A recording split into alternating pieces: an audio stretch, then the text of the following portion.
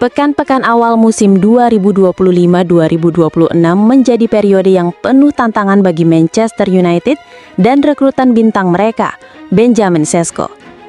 Datang dengan ekspektasi setinggi langit, sang striker muda justru terperosok dalam kritik pedas dan performa yang tak kunjung membaik. Kisah ini ibarat sebuah drama, di mana seorang pangeran yang diharapkan menjadi penyelamat justru terdampar di tengah lautan badai. Awalnya, semua tampak cerah. Manchester United di bawah arahan pelatih baru, Ruben Amorim, mendatangkan Sesko dengan mahar yang fantastis, mencapai 75 juta pounds. Angka ini bukan sekedar nominal, tapi sebuah pernyataan. Sebuah harapan besar yang diletakkan di pundak seorang pemuda berusia 22 tahun. Nama-nama besar lain seperti Bryan Mbeumo dan Matheus Cunha juga turut hadir melengkapi era baru yang penuh ambisi. Namun di atas lapangan, mimpi indah itu seolah sirna. Hingga kini, Sesko belum sekalipun dipercaya tampil sebagai starter di Premier League. Belum ada satupun gol dari open play yang lahir dari kakinya. Pertanyaan-pertanyaan mulai muncul. Bisakah ia beradaptasi dengan kecepatan dan intensitas Premier League? Apakah banderol mahal itu justru menjadi beban berat yang sulit diangkat?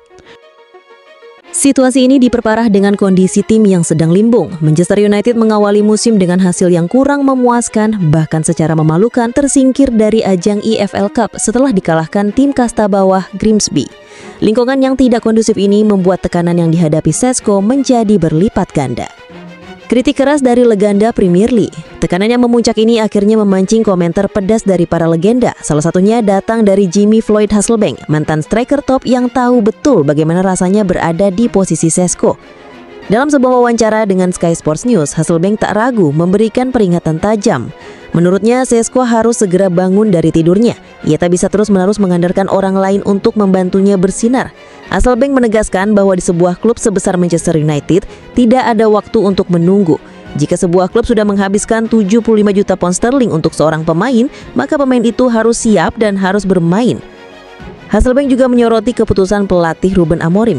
Ia merasa sedikit kecewa dengan pendekatan yang diambil sang pelatih. Menurutnya, saat tim sedang dalam performa buruk, Amorim seharusnya menurunkan tim terkuatnya dalam laga melawan Grimsby. Laga itu seharusnya menjadi momentum untuk membangun kembali kepercayaan diri, terutama bagi Sesko. Tidak peduli bagaimana caranya, dapatkan kepercayaan diri dalam tim buat Sesko mencetak gol, ujar Hasselbaink. Ia menambahkan bahwa meski secara fisik Sesko belum siap, laga melawan tim sekelas Grimsby adalah panggung sempurna untuk membuka keran golnya, meskipun hanya satu. Satu gol itu bisa menjadi percikan api yang membakar kembali semangatnya. Namun momen itu tak pernah datang. Alih-alih mendapatkan momentum, tekanan bagi Sesko justru semakin besar. Puncaknya terjadi di laga melawan Grimsby, di mana performa dan sikapnya kembali menjadi sorotan. Capangacut dari legenda lainnya. Kritik pedas ternyata tak hanya datang dari Hasselbaink. Mantan striker Premier League lainnya, Gabby Egbon-Lahore, bahkan melontarkan cap yang jauh lebih keras. Ia menyebut Sesko sebagai seorang pengecut. Julukan ini diberikan setelah Sesko menjadi pemain non-kiper terakhir yang maju sebagai eksekutor dalam babak adu penalti. Sikapnya yang terlihat ragu-ragu di momen krusial itu membuat banyak orang bertanya-tanya. Mengapa seorang striker yang direkrut dengan harga fantastis seolah tak memiliki keberanian untuk mengambil tendangan penalti lebih awal? Momen ini seolah menguatkan argumen bahwa Sesko belum sepenuhnya siap untuk menghadapi tekanan yang datang di level tertinggi. Menjadi pemain Manchester United bukanlah perkara mudah. Tekanan itu tak akan pernah mereda. Ekspektasi dari jutaan penggemar di seluruh dunia selalu berada di pundak setiap pemain.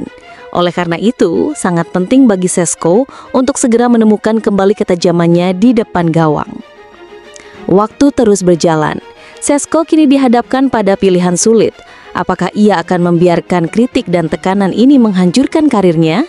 Atau ia akan menjadikannya sebagai bahan bakar untuk bangkit dan membuktikan bahwa ia layak berada di Old Trafford? Jawabannya ada di tangannya sendiri. Akankah ia menjawab tantangan ini dan menjadi pangeran yang dinanti, atau hanya menjadi kisah sedih tentang sebuah investasi yang gagal?